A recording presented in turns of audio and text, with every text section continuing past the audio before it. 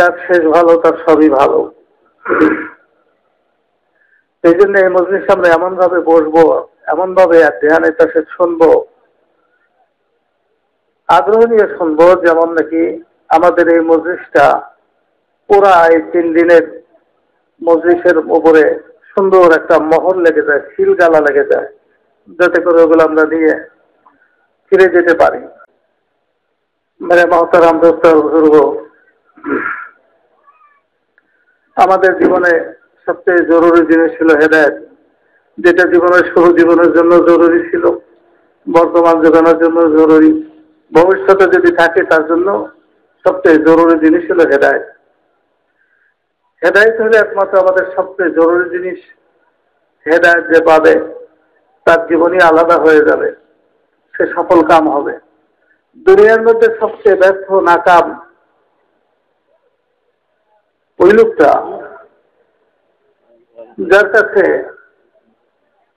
টাকা পয়সা, ধন দৌলত, বাড়ি গাড়ি সবকিছু আছে, উন্নত থেকে উন্নত মানের কাপড় চোপড়, আধুনিক মডেলের বাড়ি, খাওয়া দাওয়ার ব্যবস্থা সব আছে,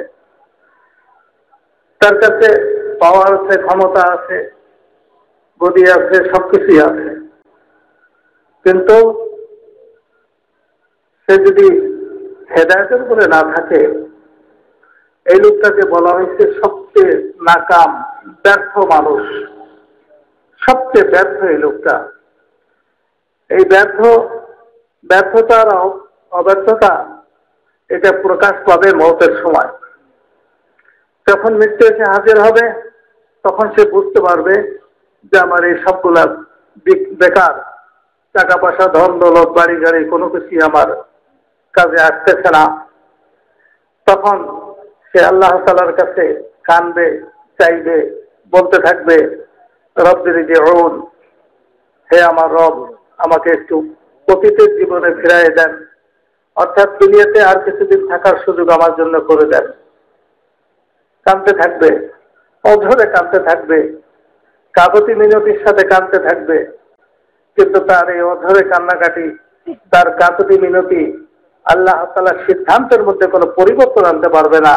আল্লাহ তাআলার রহমতের সাগরের কোনো জোশ, কোনো ঢেউ তুলতে পারবে না। আল্লাহ তাআলা তার উপরে আরো নারাজ হয়ে বলবেন যে কাল্লা, কখনো না, অসম্ভব। তার আরবি শব্দ, এটা কঠিন ধমকি, অসম্ভব, বেহুদা কথা বলো না, অযথা কথা বলো না। আর বলার সুযোগ নাই, কারণ আমি নবীদেরকে পাঠাইছি। দিন সম্বন্ধে যারা জানতো তারা তোমাকে বলছে, যারা জানতো তারা তোমার কাছে আসছে, বুঝাইছি, আসমান থেকে কিতাব পাঠাইছি, তুমি এগুলোর কোনো পরোই করো নাই। সুতরাং এখন আর সুযোগ নাই, এখন আর সুযোগ নাই। বলে যে ওই সময় এদের দরজা কেউ খুলবে, ঢাকনাটা খুলবে। এই জন্য হুজুর সাল্লাল্লাহু আলাইহি সাল্লাম বলেন, জ্ঞানী ওই ব্যক্তি, আল কাইয়িসু মান দানা নাফসাহু হাওয়াহা ওয়া আমিলা বাদাল মাউত। জ্ঞানী ওই ব্যক্তিরা যারা নিজের মনকে দুনিয়ার ভোগ বিলাসিতা থেকে নিয়ন্ত্রণে রাখছে এবং আখিরাতে যা কিছু কাজে আসবে এইগুলোর উপরে, এগুলোর প্রস্তুতি নিচ্ছে, এগুলো তৈরি করছে, জমা করছে, তার উপরে আমল করছে। আল্লাহ নবী বললেন যে ওরাই হলো সবচেয়ে জ্ঞানী, বুদ্ধিমান। আর সবচেয়ে অজ্ঞ, বেকুব, অধম, নির্বোধ তারা, যারা নাকি দুনিয়ার সুখ শান্তি, সাহায্য সামান, ব্যবসা বাণিজ্য, কায় কারবার মধ্যে লিপ্ত রয়েছে। এমন ব্যস্ত যে তার কাছে সময় নেই।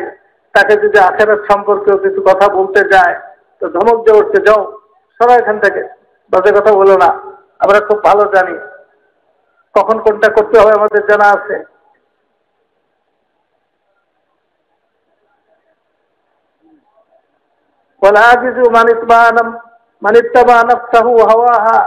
মূর্খ, অধম ওই লোকটা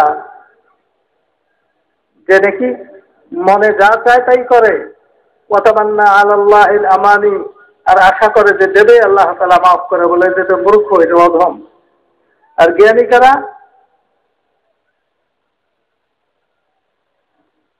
যারা নাকি নিজের মনকে নিয়ন্ত্রণে রাখছে, আখেরাতে কাজে আসবে, ওই কামগুলোর মধ্যে লেগে যায়। তো মেরে মহতারাম দোস্ত আর বুজুর্গ, এই দুনিয়াতে ব্যর্থ এই লোকটা, যে ধন সম্পদের মধ্যে ডুবে থাকছে, কামাই রুজি ব্যবসা বাণিজ্যের মধ্যে ডুবে থাকছে, আখেরাতের চিন্তা তার মাথা থেকে বের হয়ে গেছে। আখেরাত সম্বন্ধে কোনো চিন্তা তার কাছে ছিল না। আখেরাত সম্বন্ধে কেউ কিছু বলতে আসলে ওটা তার কাছে ভালো লাগতো না। আর নবীজি বলেন কামিয়াব ওই লোকটা, এই লোকটা যদি দুনিয়াতে এমন অসহায় হয়ে থাকে, যার থাকার মতো একটা ঘর নাই, ঝুপড়ি ঘরও নাই, পায়ের নিচে জমিন টুকরোর মালিকানাও তার না, ক্ষুধা নিবারণের জন্য রুটির কোনো টুকরা নাই,